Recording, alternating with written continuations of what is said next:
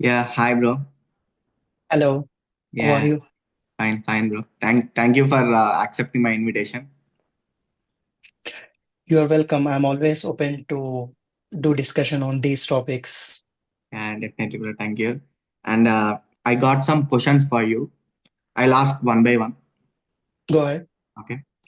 And my first question is: after Trump oath taking, what gonna major changes that gonna happen in USA? So, especially as the government is changing, there would be massive changes because whatever he spoke during like the elections is Okay. gonna go behind those. So we will not talk much about it. We'll talk only about like what is gonna affect us. Yeah. So first thing is like during his presidency, there was a lot of delay in the processing times. Let's say you apply for um, H1B or you filed any application with USCIS. Those Okay. applications gonna take a long time.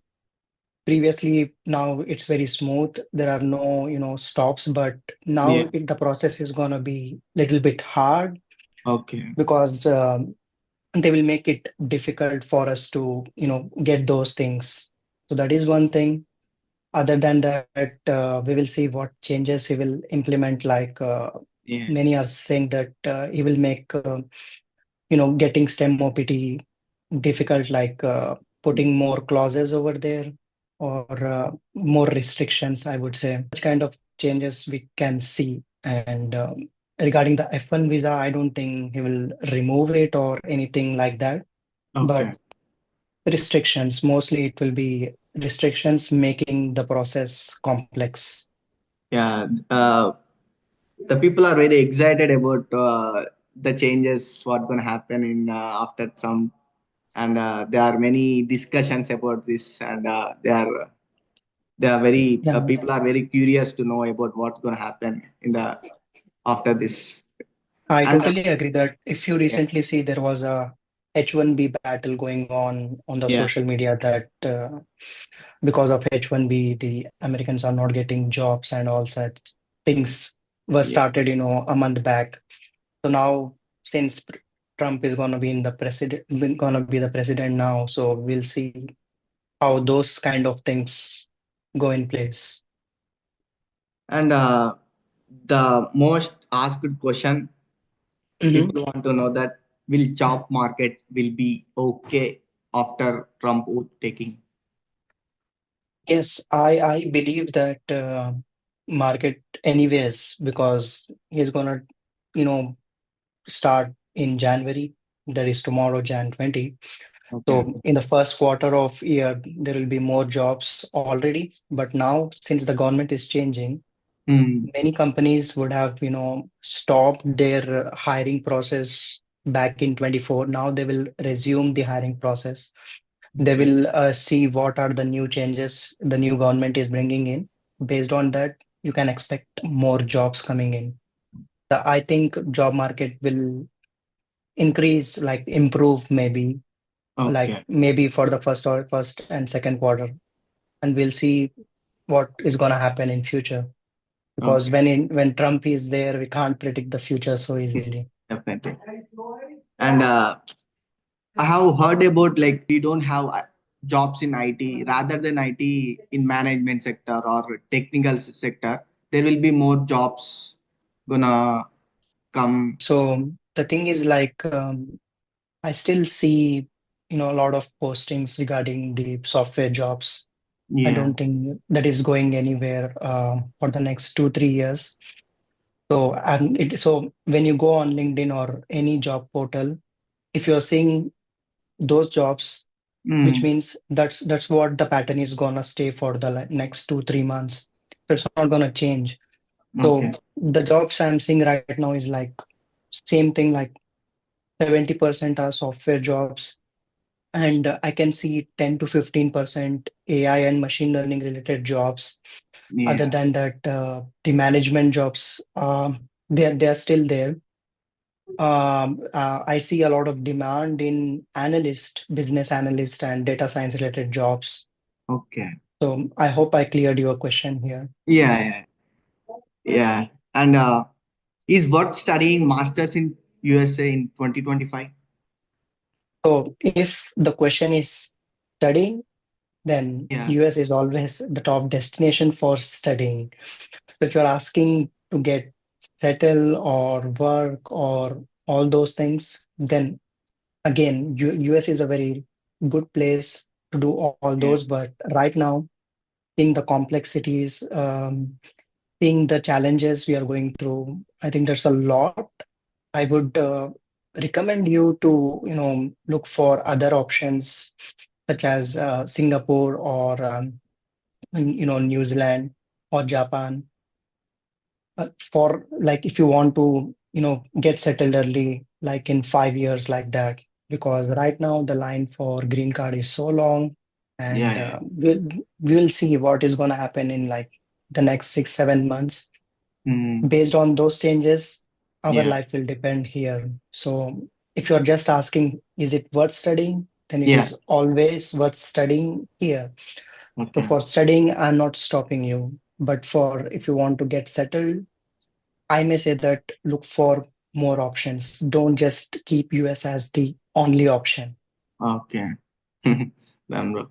And paying 50 lakhs for masters is worth like anyway. Most of the students see for jobs after masters to get job here.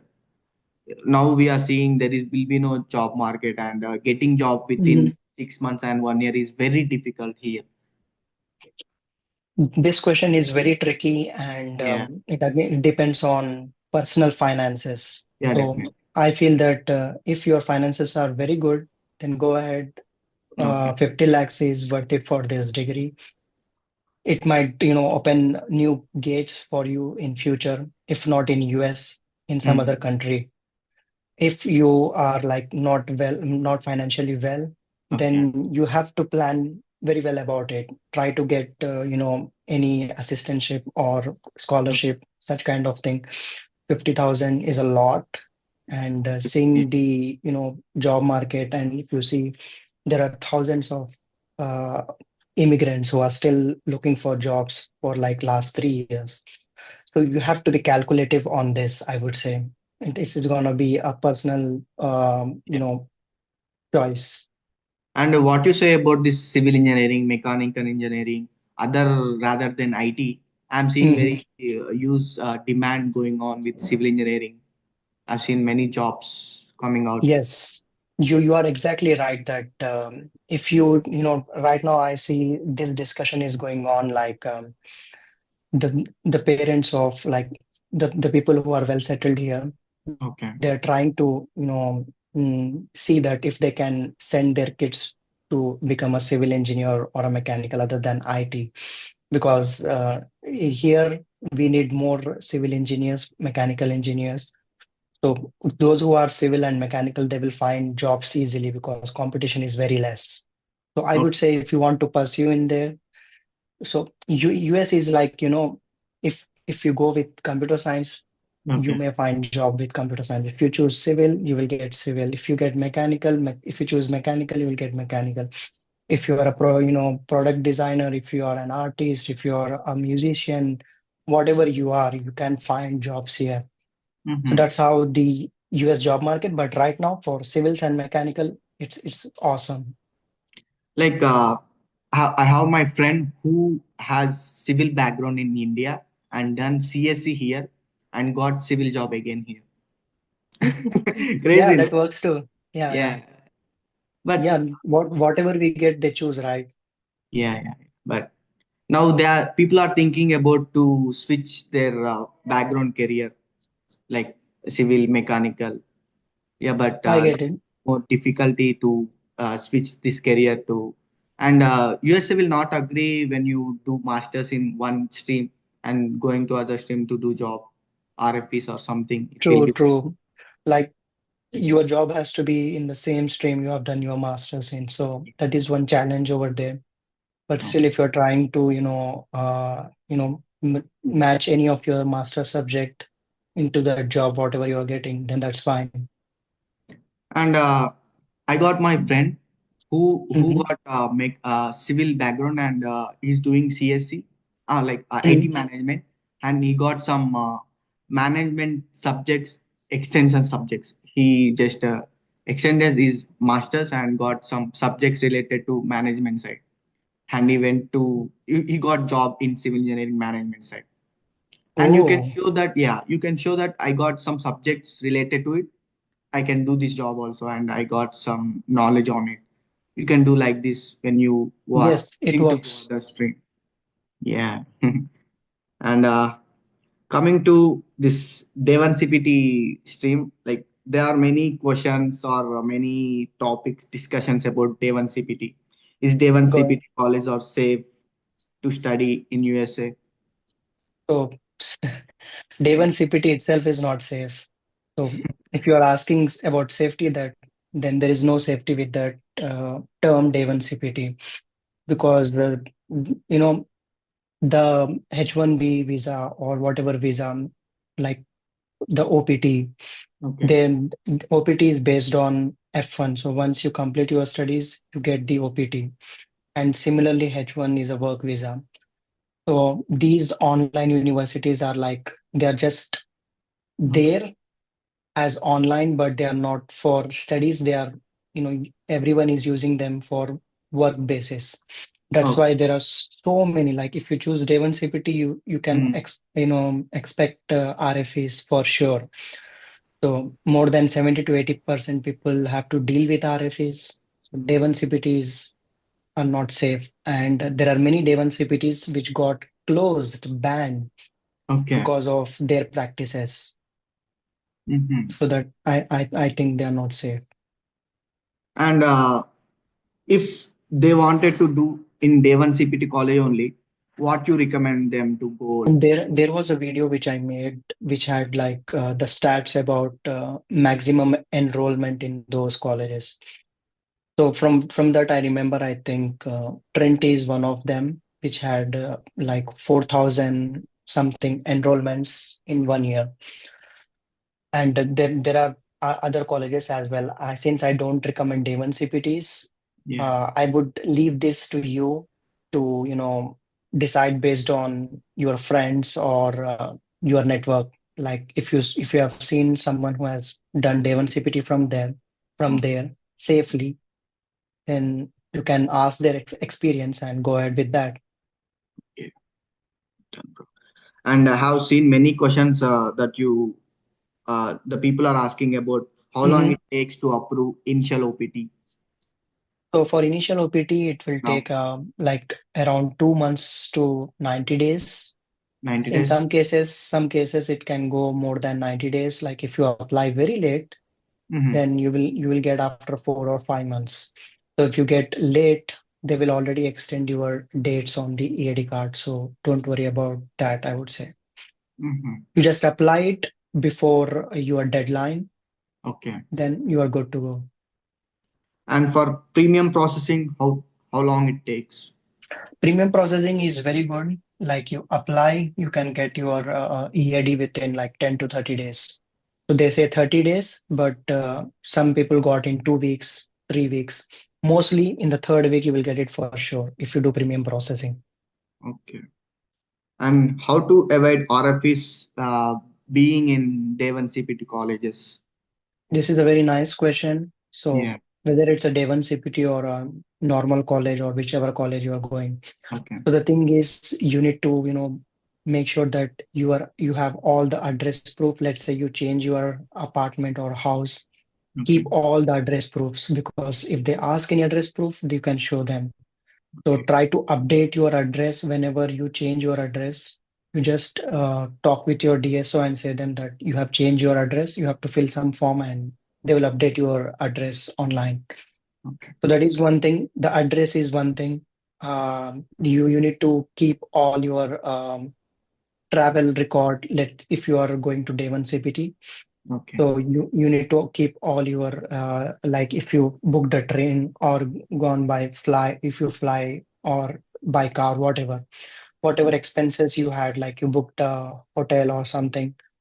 Keep track of all those things so that in case if you need, if they ask you, you can provide them. So the thing is like, if you want to avoid them, Okay. you have to make sure that there are no any heavy cash deposits in your bank account. So if there Okay. are any, you need to keep proof like who and why. Okay, and make sure that you are applying OPT within the timelines. If Okay. you miss the timeline, you'll get a RFE for that. Mhm. So other than that, just be okay with your address. Like always keep everything updated. That's all. That's what will help you from RFEs. Done. Done. And what if OPT not approved? So if OPT is not approved, again you will get a RFE. If it's not if you got an RFE, if it's a denied, then you need Okay. to see like what is the reason for it. If it's a normal reason, then you can reapply it. If it's a Okay. very strong reason, you cannot apply it, which means you have to leave the states or just enroll into any other college and get a new I-20. And in most of the students do like they get enrolled in a day one CPT and Okay. then apply again. Mhm. And what if STEM OPT not approved? It's the same thing. The same thing. Any OPT is not approved, it's the same thing. Okay. And can F1 visa holder can apply for H1B lottery Yes, the H1B lottery is for F1 visa holder. They can apply for it for during sure. during his masters? He can. Like once, yeah, during his masters, he can apply it. I Mhm. believe yes. During his masters, he can do it. But there are some consequences he has to go through. Mhm. I'm not sure about it. They need to look into it. But I know that they can apply during their masters. Okay. And can F1 student can file taxes during his masters? Yes, they can file taxes. So the platform I would recommend is TurboTax. It is very simple. Okay. You can easily file it. Just get the W-2. Let's say if you are working, uh, it's gonna be on campus. Oh yeah. So if you are having any on-campus job, you will Mhm. just go to your portal. You will download the W-2 form and upload that form in the TurboTax. And these are all these websites are like they will generate your taxes automatically. You just need to fill your details. It's a straightforward process. You will get your taxes refund in like less than a month, I feel. And is it mandatory to tax a file? It's a very good practice to file taxes. It might help you in your green card process, I would say. As a good citizen or a good resident, you should file taxes. Okay. And can visa F1 visa student can invest in crypto or share markets? So about investments, it's like as long as it is passive income, it's fine. Anything active, it is not fine. So if you're doing like stock investment, if it is day trading, intraday trading, it's not allowed. If Oh, it's long term, if you just buy the stocks and hold it, that is allowed because that's just a passive source. yeah. So buying crypto, everything is allowed. But if you are trying to do like you are investing your time and doing it as day trading, then it's not allowed. But And if it's still a gray area. and how to find legal consultancies in USA?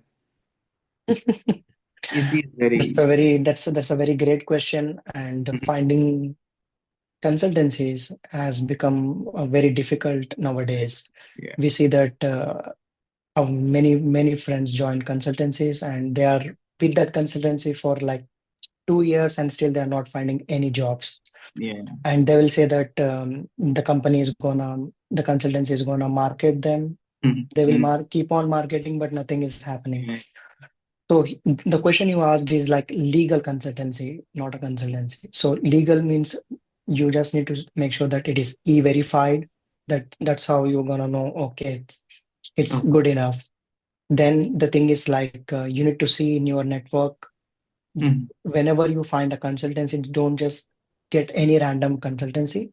Okay. You just go in your network and see if someone has already. gone through that consultancy and got a job. Okay. So that's how you can find a very safe consultancy. And if its consultancy is e-verified, what does it mean? Okay, so the e-verified thing is done by the government of US. So Okay. e-verified means this is certified by government. So if the company is e-verified, means it is good, but it's not like they're very good and they will do everything and all that. You need to do more research, even though it's e-verified. I Yeah, would say my e-verified means like a check mark. Okay, okay. it's good. And my next question is, if it's e-verified, does it mean legal? No, right? E-verified, yeah, that's what I mean. Like if it is Okay. e-verified, it can still do anything illegal. Oh, and a F1 visa holder can start is a startup in USA. So the thing is, like, I would say if you want to start a startup on F1 visa, you need to be on OPT. So Okay. the best time to start a startup is on initial OPT. So you can start your own company and just, you need to make sure that whatever work you are doing in your company has to be related to your master's, any Okay. subject, so that you Okay. can relate and also, have a joint holder, someone who is on GC or US citizen. Okay. So you can definitely start a startup, and I highly encourage anyone who wants to start a startup on initial OPT, because when once he gets on STEM OPT, Yeah. it can't be unpaid. So the job has to be paid, and then for that reason, he has to generate income from the startup. Done. Okay. So I think they have to make more changes for this and make it easier for us. Okay. Done, bro. And this is all my questions, and you answered every question of mine. And thank you for your time, bro. You are most welcome.